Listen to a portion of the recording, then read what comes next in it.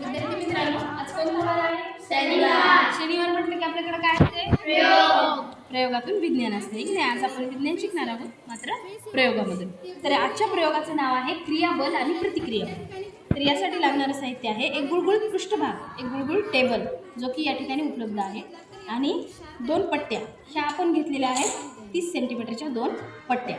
त्यानंतर हे 5 रुपयाचे 6 नाणे घेतलेत आपण. 5 रुपयाचे किती नाणे घेतले? 6. तर आता ह्या गुळगुळीत पृष्ठभागावर ह्या 2 पट्ट्या आपण अशा ठेवणार आहोत. म्हणजे एकमेकींना समांतर आहेत या पट्ट्या, आणि यांच्यामध्ये थोडंसं अंतर आपण घेतलेलं आहे. आता या नाण्यांची रचना आपण अशा पद्धतीने या ठिकाणी करणार आहोत. बघा, सगळ्यांनी निरीक्षण करा.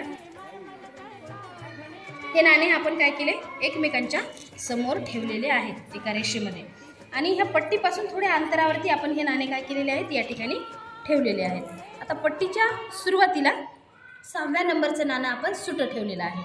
आणि बघा मग आता या ठिकाणी काय घडेल?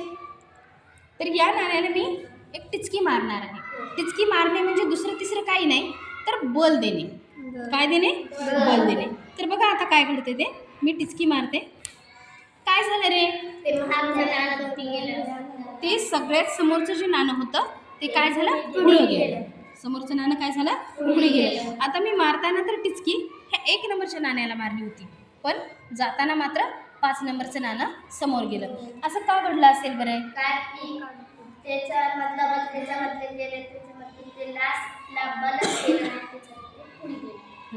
म्हणजे काय झालं या ठिकाणी? मी ह्या नाण्याला जे बल लावू लागले ते बल लावलेलं काय झालं?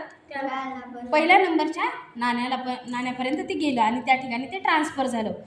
तसंच इथं पण घडलं, आणि ह्या 5 नंबरच्या नाण्याला ते बल पुरवल्या गेलं. त्यामुळं काय झालं? ते नाणं पुढं गेलं. पण आता हे 2 नंबरचं नाणं पुढं का गेलं नाही? त्याच्या पुढं 3 नंबरचं नाणं आहे.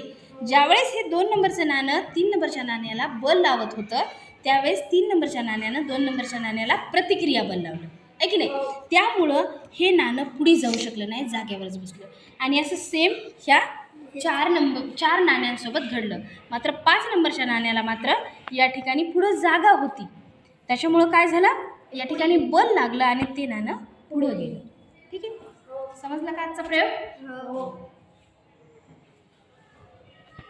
तर अशा प्रकारचे प्रयोग तुम्ही दररोजच्या घरी करत जा.